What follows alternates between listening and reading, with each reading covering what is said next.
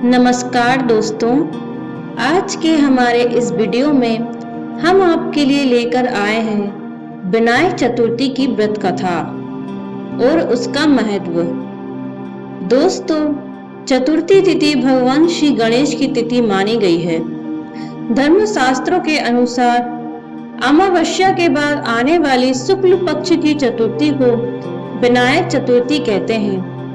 इस दिन भगवान श्री गणेश की पूजा दोपहर मध्याह्न काल में की जाती है। भगवान श्री गणेश को विघ्नहर्ता भी कहा जाता है। वे सभी दुखों और कष्टों को हरने वाले देवता हैं। इसलिए भगवान गणेश को प्रसन्न करने के लिए विनायक चतुर्थी का व्रत किया जाता है। दोस्तों, विनायक चतुर्थी की व्रत कथा के अनुसार एक समय की बात है। भगवान महादेव और माता पार्वती नर्मदा नदी के निकट बैठे थे। वहां माता पार्वती ने भगवान भोलेनाथ से समय व्यतीत करने के लिए चौपड़ खेलने को कहा।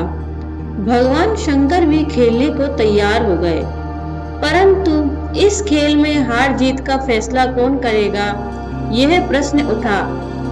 इसके जवाब में भोलेनाथ ने नर्मदा नदी के निकट से कुछ तिनके एकत्र किए और एक पुतला बनाया। उसकी प्राण प्रतिष्ठा कर उससे कहा, बेटा, हम चौपड़ खेलना चाहते हैं, परंतु हमारी हार जीत का फैसला करने के लिए कोई नहीं है। इसलिए तुम बताना कि हम में से कौन हारा और कौन जीता। यह कहकर भोलेनाथ और माता पार्वती ने चौपड़ का खेल शुरू कर दिया। यह खेल 3 बार खेला गया और संयोगवश तीनों बार माता पार्वती जीत गईं। खेल समाप्त होने पर उन्होंने बालक से कहा कि हार जीत का फैसला करो।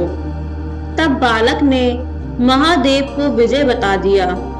यह सुनकर माता पार्वती क्रोधित हो गईं और क्रोध में आकर उन्होंने बालक को श्राप दिया और बोली, तुम्हारा एक पैर टूट जाएगा और तुम कीचड़ में पड़े रहोगे। यह सुन बालक ने माता से माफी मांगी और बोला, माता, मैंने अज्ञानतावश ऐसा किया है, किसी द्वेष से नहीं। तब माता पार्वती ने उससे कहा, इस स्थान पर विनायक चतुर्थी के दिन गणेश पूजन के लिए नाग कन्याएं आएंगी। उनके कहे अनुसार तुम भी गणेश पूजन करना। ऐसा करने से तुम मुझे प्राप्त करोगे। ऐसा कहकर माता पार्वती भोलेनाथ के साथ कैलाश पर्वत पर चली गईं। 1 वर्ष बाद उस स्थान पर नाग कन्याएं आईं और उनसे श्री गणेश के व्रत की विधि पता कर उस बालक ने 21 दिनों तक लगातार गणेश जी का व्रत किया, जिससे प्रसन्न होकर उन्होंने बालक को मनवांछित वर मांगने को कहा। तब बालक ने कहा, हे विनायक, मुझे इतनी शक्ति दे दीजिए कि मैं अपने पैरों से चलकर अपने माता पिता के पास पहुंच जाऊं। बालक को यह वचन देकर विघ्नहर्ता श्री गणेश अंतर्ध्यान हो गए। इसके बाद बालक कैलाश पर्वत पर पहुंचा और वहां पहुंचने की सारी कथा उसने महादेव को सुना दी।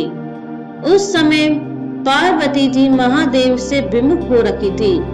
माता के रुष्ट होने पर भगवान शिव ने भी बालक के बताए अनुसार श्री गणेश का 21 दिनों तक व्रत किया, जिसके प्रभाव से माता की नाराजगी दूर हो गई और वह स्वयं महादेव से मिलने कैलाश पर्वत पर पहुंची। वहां पहुंचकर उन्होंने शिवजी से पूछा, आपने ऐसा कौन सा उपाय किया जिसके फलस्वरूप मैं आपके पास आ गई।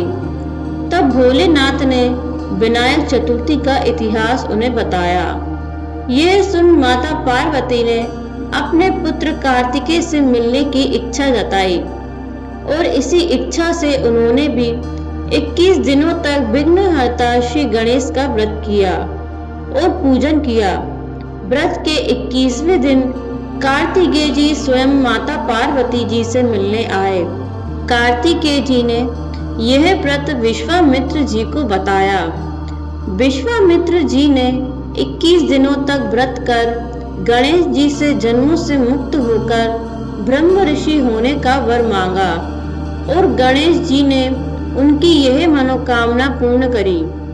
इस प्रकार विनायक चतुर्थी का व्रत मनोकामना पूर्ति व्रत कहा जाता है। तो दोस्तों, कैसी लगी आपको आज की हमारी विनायक चतुर्थी की कहानी? हमें कमेंट बॉक्स में लिखकर जरूर बताएं।